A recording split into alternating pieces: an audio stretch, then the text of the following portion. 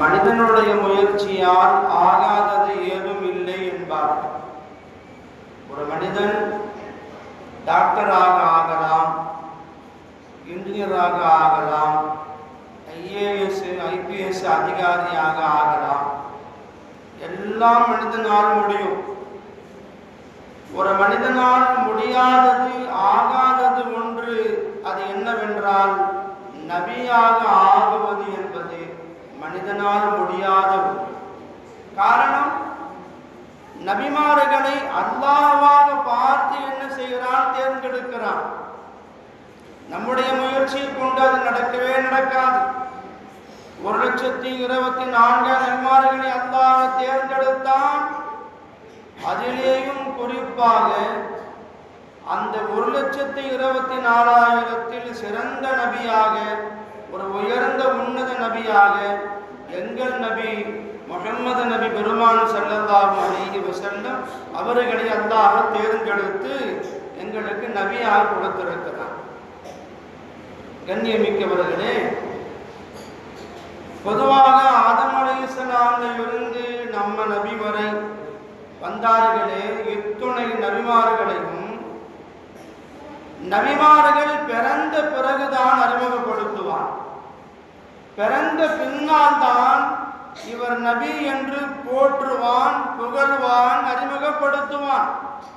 ஆனால் பெருமானார் ஸல்லல்லாஹு அலைஹி வஸல்லம் அவர்களை மாத்திரம் பிறப்பதற்கு முன்னாலேயே போற்றிவிட்டான், பிறப்பதற்கு முன்னாலேயே புகழ்ந்து விட்டான், அறிமுகப்படுத்தி விட்டான் என்று நாம் பார்க்கிறோம். ஹஜ்ரத் ஈசா அலைஹிஸ்ஸலாம் அவர்களை நாம் எடுத்துக்கொள்வோம்.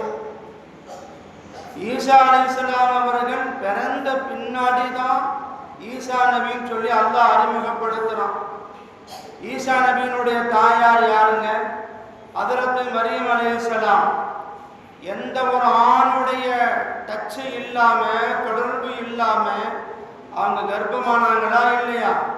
அதை பார்த்து என்ன சொன்னாங்க? ஈசா நபியினுடைய தாயாரை வசைபாடினார்கள், ஏசினார்கள், பேசினார்கள்.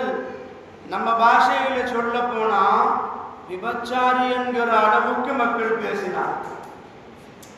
இந்த குழந்தை உனக்கு எப்படி வந்தது?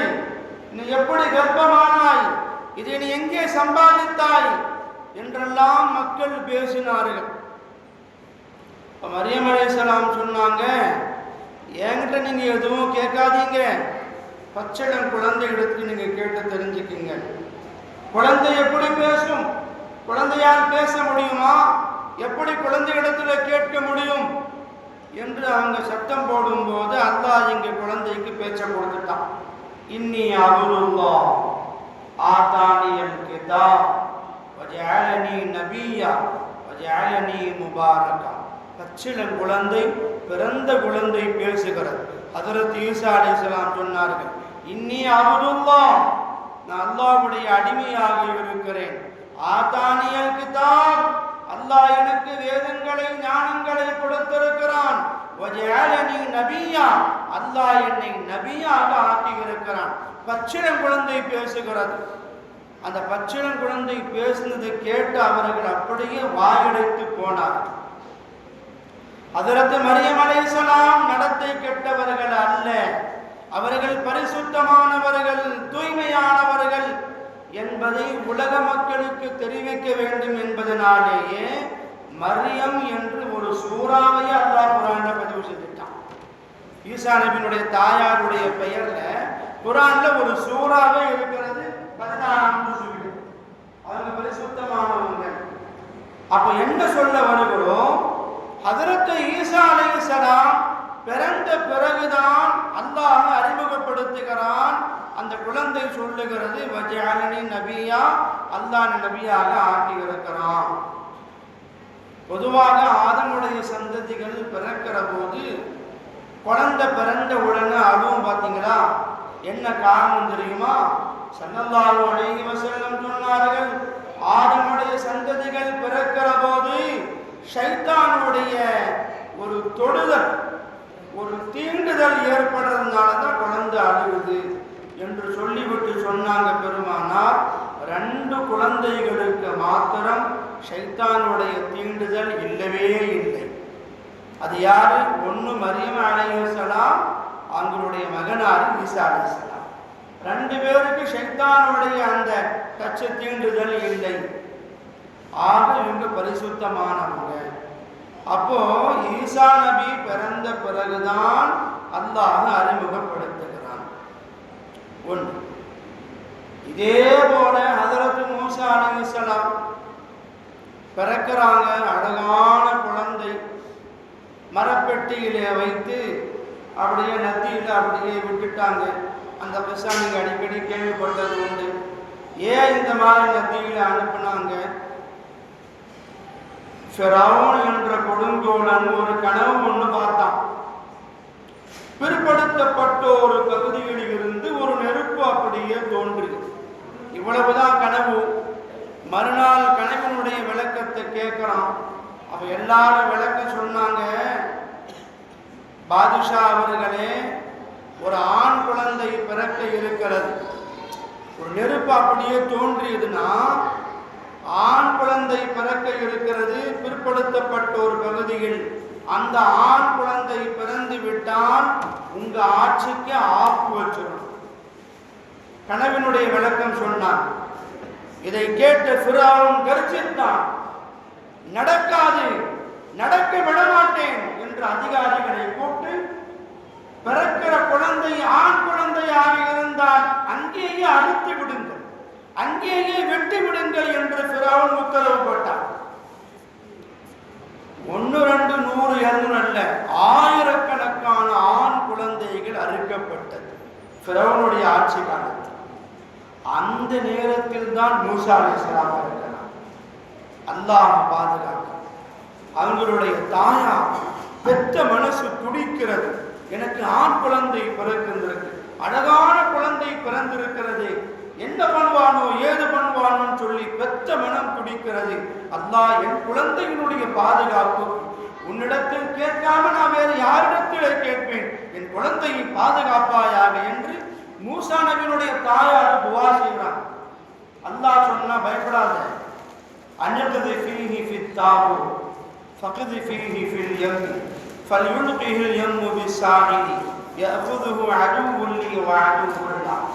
அல்லாஹ் சொன்னா, அம்மணி, உன்னுடைய குழந்தையை மிதக்கிற ஒரு பெட்டியிலே வைத்து நதியிலே நீ விட்டுவிடு, நான் பார்த்துக்கிறேன். எனக்கு துஷ்மனாக இருக்கிற அந்த குழந்தைக்கும் துஷ்மனாக இருக்கிற ஒருவன் அந்த குழந்தையை எடுத்துக் கொள்வான் என்று அல்லாஹ் சொன்னான். அதே மாதிரி இவங்க மனசு இல்லாம மிதக்கிற பெட்டிகளை வைத்து நதியில அப்படியே அனுப்புறாங்க. வெத்த மனம் துடிக்கிறது. குழந்தை அப்படியே பெட்டிகளே போய்கொண்டு இருக்கிறது. போய் மறைகின்ற வரை தாய் கண்ணீரோடு பார்த்து கொண்டே இருக்கிறார்கள். பிறந்த குழந்தை போகுது, அப்படியே போய்கிட்டே இருக்கு. அல்லாஹ்வுடைய ஏற்பாடு பாருங்க. ஏற்கனவே அவங்க அம்மாட்ட சொல்லி இருந்தான், அந்த குழந்தை மீண்டும் அவங்ககிட்ட வர மாதிரி நான் ஏற்பாடு பண்றேன், தைரியமா நீ அனுப்பு அப்படின்னு. குழந்தை அப்படியே போகுது போகுது போகுது. ஃபிரௌனுடைய மனைவி ஆசியா அம்மையார் குளித்து கொண்டிருக்கிற பகுதிக்கு கரெக்டா அந்த குழந்தை போகுது. எந்த குழந்தை பிறந்தால் ஆட்சிக்கே ஆப்புன்னு சொல்லி பயப்படுறானோ அதே குழந்தை அவனுடைய வீட்டையே தேடி வருது. அல்லாஹ்வுடைய ஏற்பாடு. ஆசியா அம்மையார் குளித்துக் கொண்டிருக்கும் போது இன்னது ஒரு பெட்டி வருதே அப்படின்னு சொல்லி பெட்டியை திறந்து பார்த்தா அழகான ஆண் குழந்தை. ஆசியா அம்மையார் போய் நெஞ்சுறாங்க. யார்கிட்ட? அவன்கிட்ட, ஃபிரௌன்கிட்ட. இந்த குழந்தைய நாம வளர்ப்பு மகனாக வச்சுக்கலாமே அப்படின்னு. அவன் பார்த்தான், சரிப்போ அப்படின்ட்டான். எந்த குழந்தை வீட்டுக்கு வரக்கூடாதோ, எந்த குழந்தையால் ஆட்சிக்கே ஆபத்தோ அதே குழந்தையை அல்லாஹ் ஃபிரௌனுடைய வீட்டுக்கே அனுப்பிட்டான். இப்ப வீட்டில் வளர்றாங்க, ஃபிரௌனுடைய வீட்டில் வளர்றாங்க. யாரு? ஹதரத் மூசா அலைஹிஸ்ஸலாம்.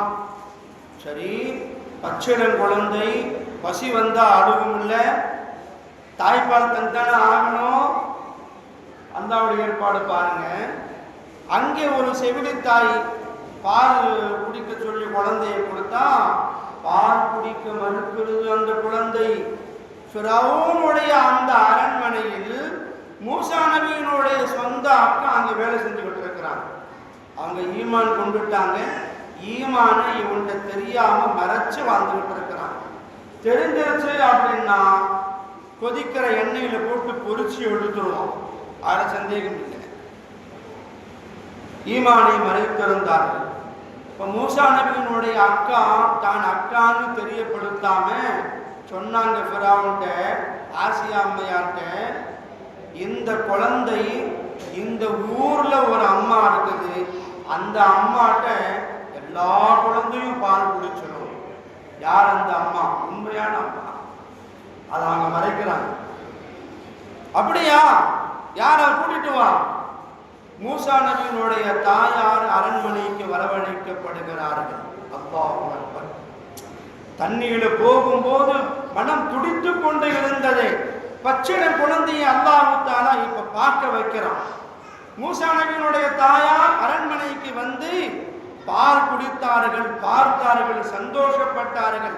அது மாத்திரமல்ல, பால் கொடுத்ததற்காக கூலியும் கொடுத்து அனுப்புறாங்க, காசையும் வாங்கிட்டு போறாங்க. யாரு? மூசா நபியினுடைய தாயார். இது அல்லாஹ்வுடைய ஏற்பாடு. அப்புறம் பார்த்தா அங்கே போனாங்க. இப்படி இங்கே வரலாறு அது பெருசு. இங்கேயே வளர்ந்தாங்க, பெருசானாங்க. அதே மாதிரி சண்டை எல்லாம். இப்போ என்ன சொல்ல வரோம்னா, ஹதரத் மூசா அலைஹிஸ்ஸலாம் பிறந்த பிறகுதான் மூசா ஒரு நபி என்று அல்லாஹ் அறிமுகப்படுத்துகிறான். ஆனால் நபிகள் பெருமான் ஸல்லல்லாஹு அலைஹி வஸல்லம் பிறப்பதற்கு முன்னாலேயே என்ன செய்கிறான்? அறிமுகப்படுத்துகிறான். ஆலமுல் அர்வாஹ், ரூஹுகளுடைய உலகம் என்று ஒரு உலகம் இருந்தது. வெறுமனே ரூஹு தான், நாமெல்லாம் வரல, ஆதம் நபியே வரல. ஆலமுல் அர்வாஹ், ரூஹுகள் எல்லாம் கூடி இருக்கிற நேரத்தில் அல்லாஹ் ஒரு ஒப்பந்தத்தை எடுக்கிறான். என்ன ஒப்பந்தம்? கடைசியாக ஒரு நபிமார்களோட ரூஹுடத்துல ஒரு ஒப்பந்தம் எடுக்கிறான். கடைசியா நான் ஒரு நபியை அனுப்புவேன், அந்த நபியை நீங்க எல்லாம் நம்பணும். நம்புவீங்களா? நம்புவோம். உதவி செய்வீங்களா? உதவி செய்வோம் அப்படின்னு ஒப்பந்தம் எடுத்தா ஆலமுல் அர்வாஹ்ல அதை அப்படியே உண்மைப்படுத்தி காட்டினார்கள் நபிமார்கள், நம்பினார்கள். எப்ப தெரியுமா? மேராஜுக்கு போகும் ஸல்லல்லாஹு அலைஹி வஸல்லம் மிஅராஜுக்கு போகிற போது பைத்துல் முகத்தஸில் எல்லா நபிமார்கள் கூடி இருக்க வானவர் கோமான் ஜிப்ரீல் அலைஹிஸ்ஸலாம் அஷ்ஹது அன்ன முஹம்மதர் ரசூலுல்லாஹ் என்று அதான் சொல்லுகிற போது எல்லா நபிமார்களும் ஆமோதித்தார்கள். ஆம், முஹம்மது நபி அல்லாஹ்வினுடைய தூதர் என்று நம்புவோம் என்று ஆலமுல் அர்வாஹ்ல ஒப்பந்தம் செய்தார்கள். பைத்துல் முகத்தஸ் மிஅராஜிலே அதை ஆமோதித்தார்கள். முஹம்மது நபி ரசூலுல்லாஹ் என்று அங்க சொன்னபடி அவங்க நடந்துகிட்டாங்க. எங்க? பைத்துல் முகத்தஸ்ல. இது அல்லாஹ்வுடைய ஏற்பாடு. என்ன சொல்ல வரும்? ஸல்லல்லாஹு அலைஹி வஸல்லம் பிறப்பதற்கு முன்னாலேயே ஆலமுல் அர்வாஹிலேயே அறிமுகப்படுத்தி விட்டான், கடைசியாக ஒரு நபி வருவார். ஹதரத் ஆதம் அலைஹிஸ்ஸலாம், நான் முடிக்கிறேன், அதற்கு பேசும் நேரம் ஆயிடுச்சு. ஆதம் அலைஹிஸ்ஸலாம் அவர்கள் சுவனத்தில் குறிப்பிட்ட கனியை சாப்பிடக்கூடாது என்று தடை செய்திருந்தான். சாப்பிட்டார்கள். நூற்றுக்கணக்கான வருடங்கள் அழுதார்கள். ஆதம் அலைஹிஸ்ஸலாம், ரப்பனா ظلمنا أنفسنا وإن لم تغفر لنا وترحمنا لنكونن من الخاسرين. இப்படி அழுதுகிட்டே இருக்கிறப்ப டக்குன்னு ஒரு யோசனை வருது. நம்ம சுவன வாசல்ல ஒன்று பார்த்தோமே, லா இலாஹ இல்லல்லாஹ் முஹம்மதுர் ரசூலுல்லாஹ், அல்லாஹ்வினுடைய பெயரோடு இன்னொரு நபியினுடைய பெயர் அங்கே எழுதப்பட்டிருக்கு. அவர்களுள் பொருட்டால் என் பாவத்தை மன்னிச்சிடறான்னு கேட்டா அல்லாஹ் மன்னிச்சிடுவான். இப்ப அப்பவே ஆதம் நபி தான் இப்ப வந்திருக்கிறாங்க. நம்ம நபி கடைசி நபி. இப்ப அவங்க துவா செய்யறாங்க. ஆதம் அலைஹிஸ்ஸலாம், யா அல்லாஹ் முஹம்மது ரசூலுல்லாஹ்வுடைய பொருட்டால் என் குற்றங்களை மன்னித்து விடு. அல்லாஹ் கேட்டான், ஆமா ஆதமே உங்களுக்கு எப்படி தெரியும்? இன்னும் நம்ம அனுப்பவே இல்லை, கடைசியாக தான் அனுப்புவோம். முகம்மது உங்களுக்கு எப்படி தெரியும்? யா அல்லாஹ், உன் பெயரோடு அவர்களுடைய பெயரை நீ சேர்த்து எழுதி இருக்கிறாய் என்றால் ஒரு சாதாரண நபி அல்ல என்று நான் புரிந்து கொண்டேன், ஒரு சாதாரண நபர் அல்ல என்று நான் தெரிந்து கொண்டேன். அதனால தான் நான் கேட்டேன், அவங்க பொருட்டால என் பாவத்தை மன்னிச்சிரு. அல்லாஹ் சொன்னான், ஆம் ஆதம் நபி அவர்தான் கடைசி நபி, முகம்மது நபி நான் அனுப்ப இருக்கிறேன். நீ அவர்கள் பொருட்டால் மன்னிப்பை கேட்டதால் உன் பாவத்தை மன்னித்து விட்டேன் என்றான். அப்ப ஸல்லல்லாஹு அலைஹி வஸல்லம் அவர்களை ஆரம்பத்திலேயே அறிமுகப்படுத்துகிறான் என்று சொல்ல வருகிறேன்.